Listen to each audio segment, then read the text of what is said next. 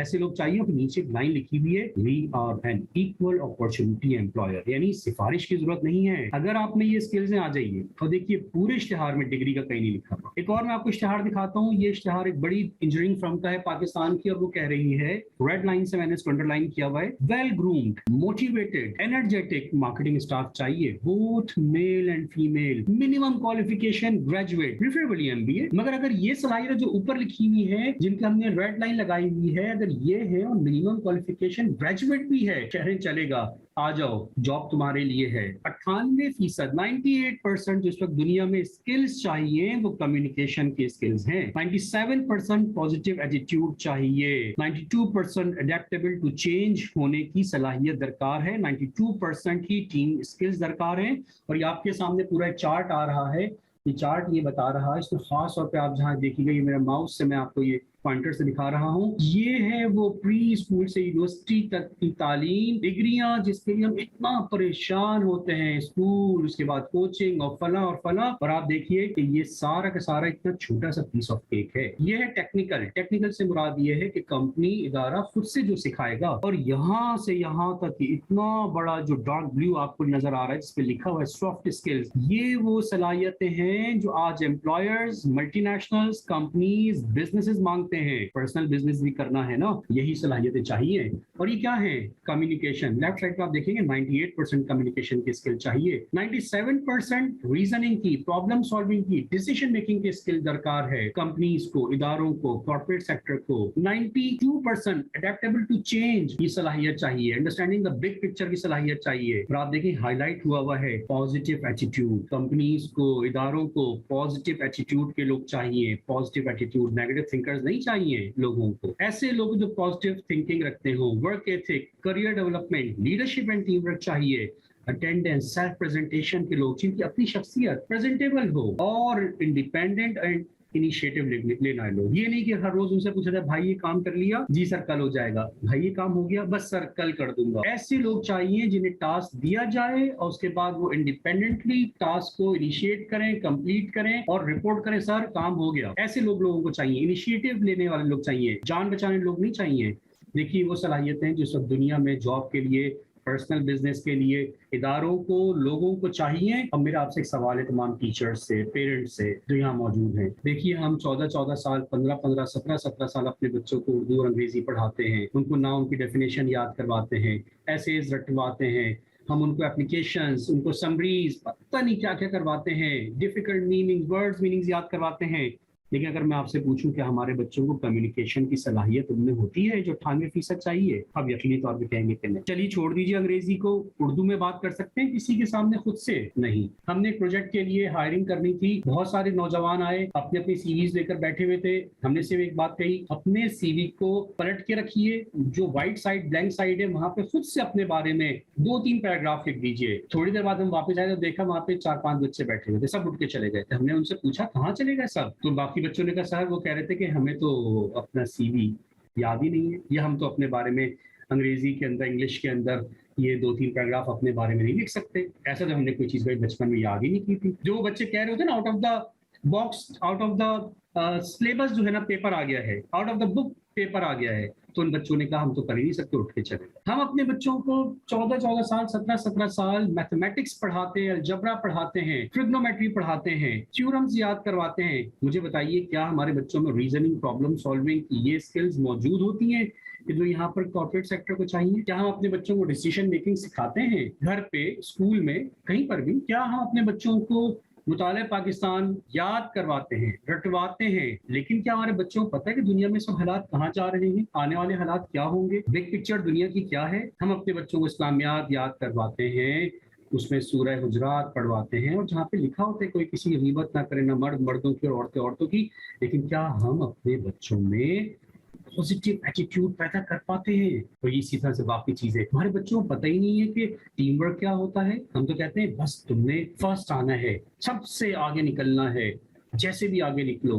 हमें तो इस बात का अंदाजा ही नहीं है कि न हमें, न हमारे बच्चों को, न टीचर्स को, न पेरेंट्स को, किस बच्चे ने बड़ा होकर बनना क्या है, इसे क्या पढ़ना चाहिए, अल्लाह ने इसमें क्या सलाहियतें रखी हैं। ऐसी कोई करियर काउंसलिंग, करियर डेवलपमेंट नहीं हो रही होती है।